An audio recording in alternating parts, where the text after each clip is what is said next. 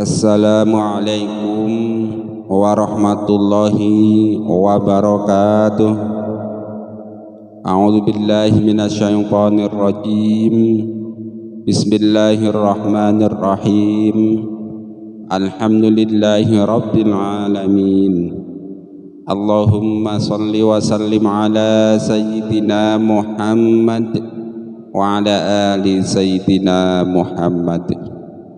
Qala Rasulullah sallallahu alaihi wasallam, naddarallahu mar'an sami'a minna haditsan fahfidhahu hatta yuballighahu ghairahu.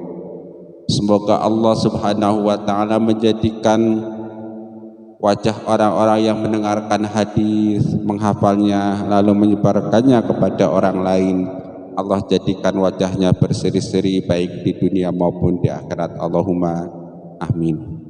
Allah juga semoga menjadikan orang-orang yang menonton video ini, men-like-nya, men-subscribe channel ini, Allah jadikan orang-orang bagian dari keluarga besar ahli hadis yang akan berkumpul dengan Rasulullah sallallahu alaihi wasallam kelak di surga. Allahumma amin.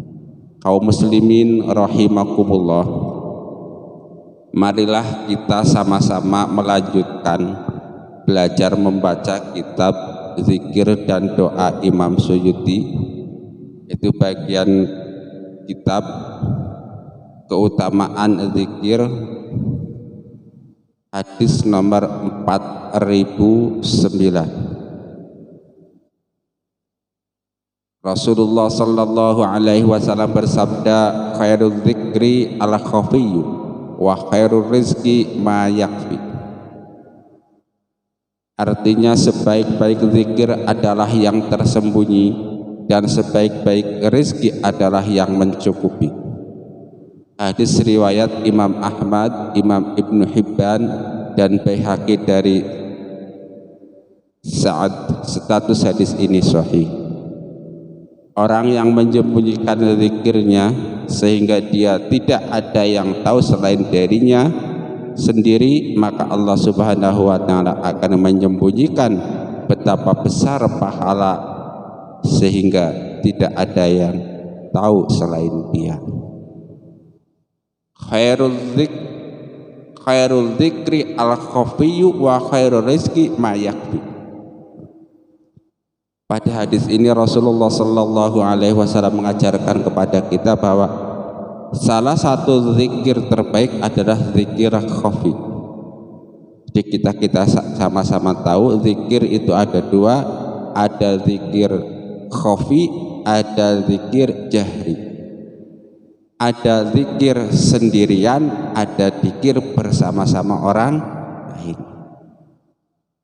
Nah, pada hadis ini Rasulullah menjelaskan bahwa zikir khafi, zikir rahasia, nggak ada orang lain yang tahu, hanya kita dengan Allah subhanahu wa ta'ala saja yang tahu. Kalau kita melakukan zikir, itu adalah zikir yang terbaik, salah satu metode zikir yang paling bagus.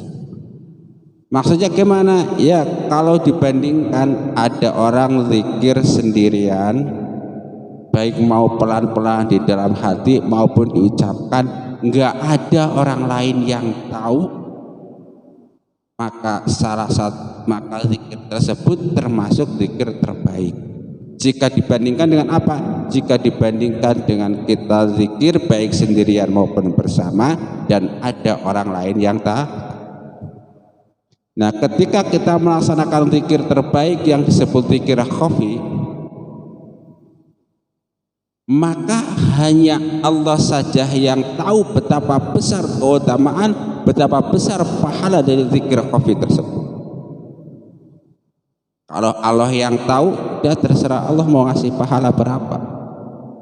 Pahala tertinggi pun bisa jadi Allah berikan kepada orang yang zikir khafi. Nah, jadi orang-orang yang biasa suka senang zikir menyendiri, zikir tidak ada orang yang lain yang tahu, nah ini salah satu jadinya.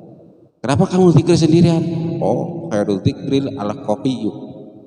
Kenapa kamu zikir nggak ada orang lain tahu? Oh, khairul dzikri al khafiyyu. Ya, begitu. Nah, tapi zikir bersama orang pun bagus. Nah, ada kode, istilahnya beginilah. setiap baik mau zikir khafi maupun jahri, mau zikir sendirian maupun bersama orang lain, masing-masing punya keutamaan dan khususiyah tersendiri. Semuanya baik. Lalu pada potongan hadis berikutnya Rasulullah bersabda, wa khairu rizqi ma yakfi. Jadi sebaik-baik rezeki adalah yang mencukupi, bukan yang berlebihan, bukan yang kurang. Jadi rezeki bagi seseorang itu kan minimal ada 3 kategori. Satu, rezeki yang kurang dalam artian menurut orang yang diberi rezeki itu kurang, meskipun bisa jadi menurut Allah sudah berlebih. Yang kedua, rezeki yang mencukupi, dan yang keempat, rezeki yang berlebihan. Maksudnya rezeki yang kurang, misalnya seseorang biasa hidup sehari dengan uang 30.000 misalnya. Oh, kebetulan dia mendapatkan rezeki hari itu 20.000, kan jadi kurang 10. Itu kurang dalam perhitungan manusia. Tapi ada rezeki yang cukup. Maksudnya cukup, perumpamaannya misalnya ada orang setiap hari berkebutuhan 30.000 misalnya. Dia dapat 30.000 pas, cukup. Kemudian ada orang yang setiap hari berkecukupan apapun membutuhkan rezeki 30.000 misalnya.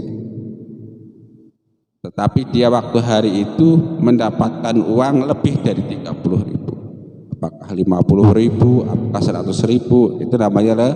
Nah, itu tentu hanya dalam hitungan-hitungan manusia.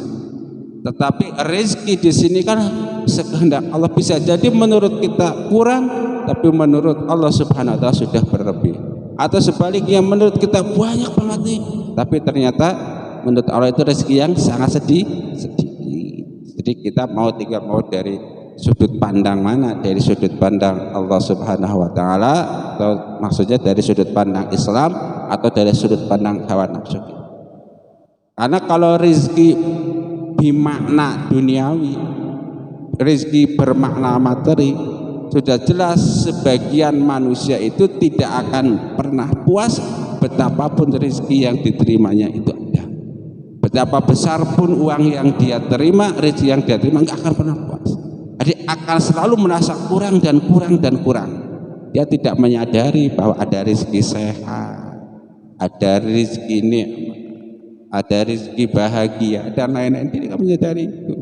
Dia hanya menyadari bahwa yang dimaksud rezeki bagi dia yaitu makanan, minuman, uang, harta, seperti itu. Mulai merubah cara pandang bahwa rezeki Allah Subhanahu wa taala itu tidak hanya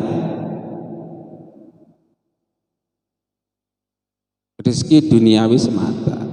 Karena kita kemarin sudah belajar bahwa dunia itu menyandang 2 status. Ada status positif, yaitu dunia sebagai mazra'atul akhirat. Ada status negatif, yaitu dunia yang terlaknat. Dunia sebagai mazra'atul akhirat, yaitu rezeki-rezeki yang diberikan oleh Allah yang bisa mengantarkan kita makin dekat kepada Allah Subhanahu wa taala. Tetapi sebaliknya rezeki yang mal'unah, yang teratur, rezeki yang justru menjauhkan kita dari Allah Subhanahu wa taala. Misalnya ada orang miskin, biasa nggak punya uang lah, paling sehari-hari punya uang 10.000, 20.000, besar-besarnya 100.000. Rajin ke masjid, rajin sholat, rajin ngaji. Nah, tiba-tiba entah gimana ceritanya dia dapat uang 1 juta atau 2 juta, atau mungkin puluhan juta, entah itu warisan, entah itu pemberian teman, pemberian orang tua, dan lain. Pokoknya ceritanya dia dapat uang banyak lah. Nah, orang yang tadinya takwa, kelihatannya orang soleh, tiba-tiba ketika mendapat uang banyak berubah. Wah, ini mumpung punya uang, kita jalan-jalan berwisata ke pantai, nyantai dulu. Di pantai oleh temannya, nggak ada siapa-siapa, nggak ada tetangga yang teman, kita beli bir lah sebotol, kita beli minuman keras buat mabok, nggak ada orang, gitu kan. Setelah mabok nanti kita hotel sebentar, Di pantai kita sambil melihat orat-orat yang diumbar dosa kan. Artinya apa? Artinya rezeki yang dia terima justru mengantarkan dia kepada perbuatan dosa demi dosa, maksiat demi maksiat. Jelas ya contohnya. Tapi sebaliknya, ada orang-orang yang ketika menerima rezeki membuat dia makin bertakwa. Misalnya ada orang biasa punya uang 10.000 atau 100.000, tiba-tiba dia dapat warisan mungkin puluhan juta atau ratusan juta. Dengan uangnya dia membeli kitab-kitab misalnya buat hiasan rumah, buat dibaca, buat menambah ilmu agamanya. Atau sebagiannya dia daftar umroh atau haji dengan istri dan anak-anaknya itu. Yang tadinya nggak pernah baca buku karena memang nggak punya kitabnya, yang tadinya nggak pernah umroh karena memang nggak punya uangnya, tiba-tiba ketika dia mendapatkan rezeki berlebih, dia mau membaca buku, dia mau umroh. Nah, rezeki seperti ini, dunia seperti ini yang kemudian menambah kita makin dekat kepada Allah, makin bertakwa. Allahumma amin. Jelas ya. Jadi khairul dzikri ala qafiyu wa khairul rizqi ma yakfi. Nah, mudah-mudahan kita termasuk orang-orang yang bisa menjalankan hadis ini, bisa zikir secara khafi, kemudian bisa mentasarufkan rezeki kita pada jalan-jalan yang diridhoi Allah Subhanahu wa taala.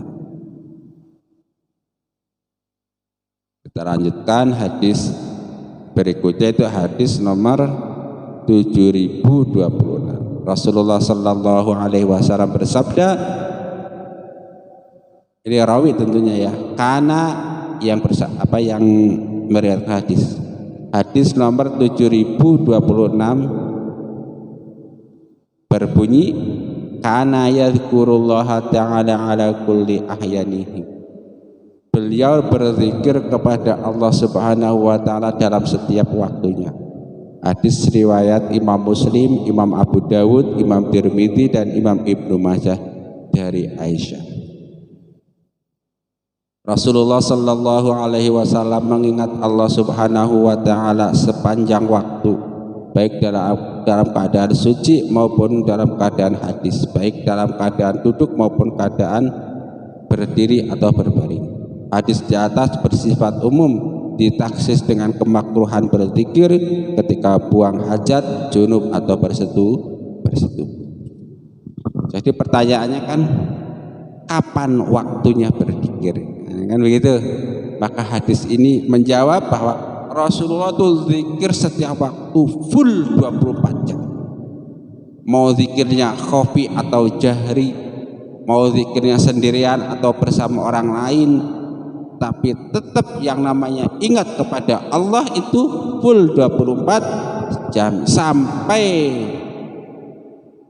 di dalam WC tersekalipun, kamar mandi sekalipun yang dimakruhkan berzikir, tetapi kalau hati kita tetap harus ingat kepada Allah. Saya ingat nih kata Ustadz Abdul Somad bahwa sampai di WC pun kita tetap harus zikir kepada Allah, tetapi zikir di dalam hati, tidak diucapkan karena nanti bisa makruh, bahkan nanti bisa haram. Jadi kalau zikir di WC itu hatinya terus, yang makruh itu mengucapkannya kan gitu. Tapi kalau hati nggak boleh kosong sedetik pun dari zikir kepada Allah. Kalau kosong kita nanti bisa diisi setan. Jadi begitu ya. Tadi kalau hadis yang pertama mengucapkan bahwa zikir yang paling utama itu zikir khafi, nanti hadis yang kedua mengatakan waktu yang paling utama untuk zikir adalah semua waktu. Cuma ahyani, jangan sampai sekarang zikir la ilaha illallah nganggur, enggak zikir enggak, semua waktu. Tentu zikir dengan berbagai macam caranya. Ada yang zikir jahri atau dalam hati saja, ada yang zikir dengan mengucapkan lafal-lafal yang dicintai Allah, misalnya subhanallahi wa bihamdi, subhanallahil azim dan lain-lain. Tapi ada zikir dengan cara membaca ayat-ayat kauniyah, melihat langit ingat kepada Allah, melihat bumi ingat kepada Allah, melihat apa-apa yang ada di antara langit dan bumi juga ingat kepada Allah. Maka jelas. Nah, berkaitan dengan hadis ini kita tentu harus latihan zikir yang khafi misalnya dalam hati itu. Untuk latihan misalnya itu bayangkan saja di dalam hati kita itu adalah la ilaha illallah ucapkan.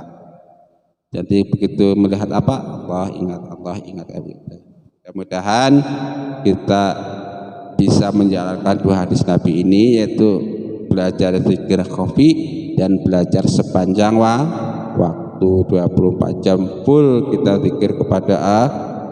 Salah satu cara supaya kita tetap zikir kepada Allah yang yaitu apalkan sebanyak mungkin zikir dan doa, apalkan sebanyak mungkin zikir dan doa, kemudian ucapkan dalam hati. Misalnya kalau zikir kita itu hanya mulut saja, tapi kita bisa dibantu oleh media lain. Contoh, kita mau pakai baju, nah ini pakai ketuk misalnya, nah sambil pakai begitu sambil zikir, ya kan,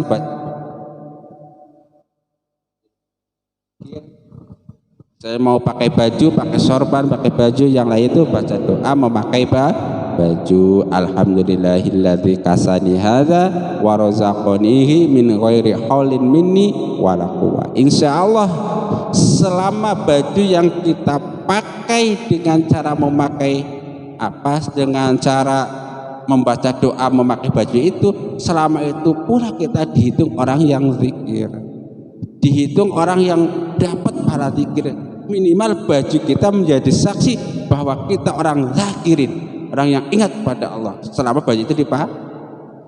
Jadi istilahnya kita baca doa sekali tapi untungnya berkali-kali.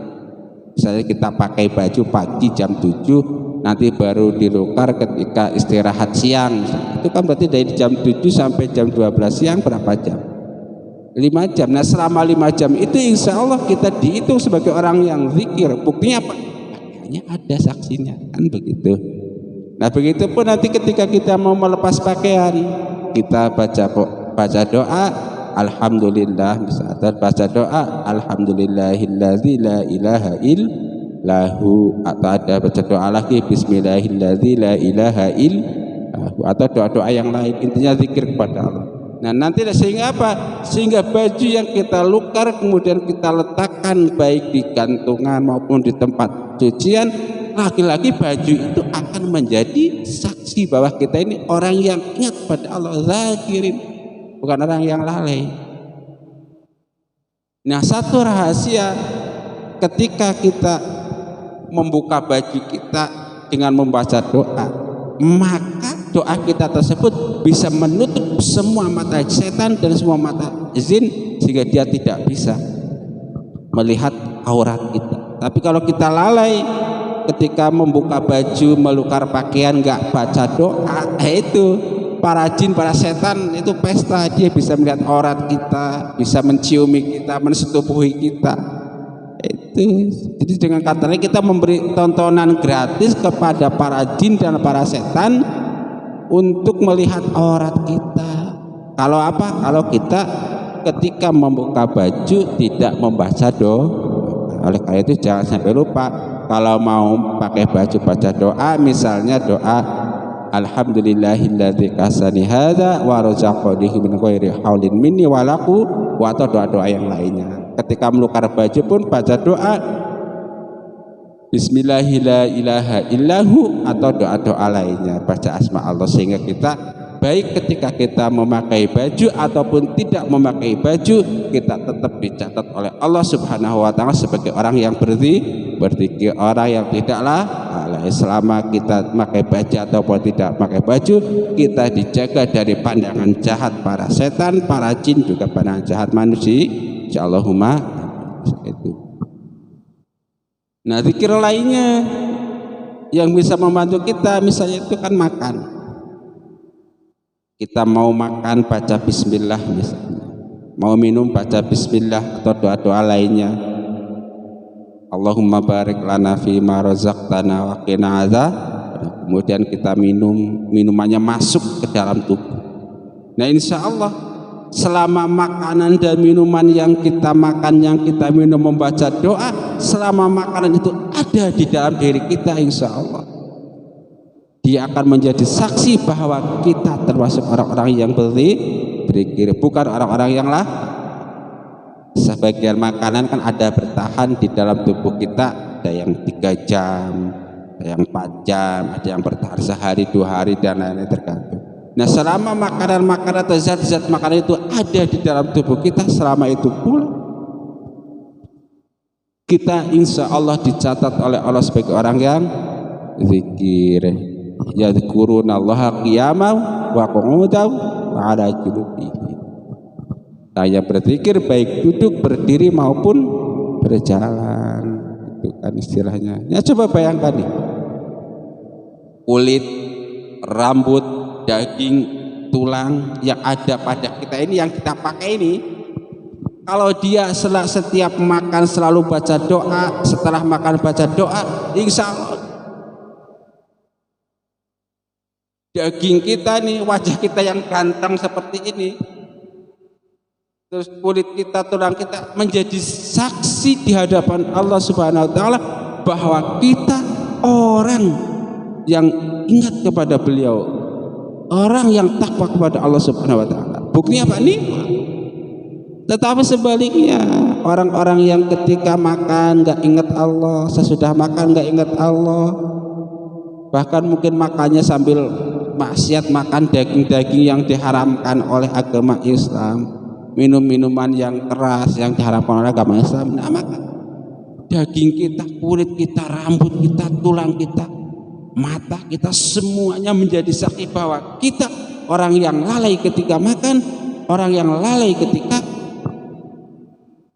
sudah makan. Naudzubillahi min dzalik. Udah kan ya, pakaian sudah menjadi saksi, makanan dan minuman sudah menjadi saksi. Lalu apalagi? Ya banyak. Ketika naik kendaraan misalnya, kita baca doa naik kendaraan, subhanalladzi sakhkhara lana hadza wa ma kunna lahu muqrinin, atau doa-doa yang lainnya. Maka selama kita di kendaraan itu, kendaraannya akan menjadi saksi bahwa kita itu orang yang zikir kepada Allah. Nah, itu cara mudah untuk melanggengkan zikir kita. Di antara itu, setiap kita melakukan suatu hal, baca doa, maka dia akan menjadi saksi melanggengkan zikir kita. Mungkin kita sudah tidak zikir makan, tetapi makanan kita terus selama 24 jam, 34 jam terus. Ya ini nih, makanan ini insya Allah semuanya menjadi saksi. Kalau saya makan, Anda makan, baca doa. Cara yang lainnya bisa doa masuk ke rumah, baca doa Bismillahirrahmanirrahim, Assalamualaikum warahmatullahi wabarakatuh, atau doa-doa yang lain. Nah, selama kita di dalam rumah itulah kita dicatat sebagai orang yang zikir. Ketika kita keluar rumah, kita baca doa misalnya Bismillahirrahmanirrahim, Bismillahirrahmanirrahim, la haula wala quwata illa billah. Selama di luar rumah itulah kita insya Allah dicatat sebagai orang-orang yang zikir. Allahumma amin. Nah, jadi salah satu pemahaman kana yadhkurullaha ta'ala ala kulli ahyani seperti itu. Jadi kita dari doa yang satu berangkat kepada doa yang lainnya terus. Jika selama 24 jam kita itu orang yang zikir. Nah, kalau tidur gimana loh? Orang tidur kok dikir? Iya, kalau kita sebelum tidur baca doa atau zikir seperti misalnya doa Bismika Allahumma ahya wa amut. Nanti selama tidur kita dihitung sebagai orang yang sedang sebagai orang yang sedang beribadah. Bangun tidur kita baca doa Alhamdulillahilladzi ahyana ba'dama amatana wa ilahi nusyur. Selama kita terjaga itu dihitung sebagai orang yang berzikir. Jadi selama 24 jam bagaimanapun posisi kita, mau tidur, mau terjaga, mau duduk, mau berdiri, mau berbaring, mau diem atau mau bicara, mau makan atau tidak, kita 24 jam dihitung sebagai orang yang zakir, orang yang ingat kepada Allah Subhanahu wa taala. Allahumma amin. Rabbana taqabbal minna innaka antas samiul alim wa tub alaina innaka antat tawwabur rahim. Subhanakallahumma wa bihamdika asyhadu an la ilaha illa anta astaghfiruka wa atubu ilaik. Wal afa minkum. Wassalamu alaikum warahmatullahi wabarakatuh.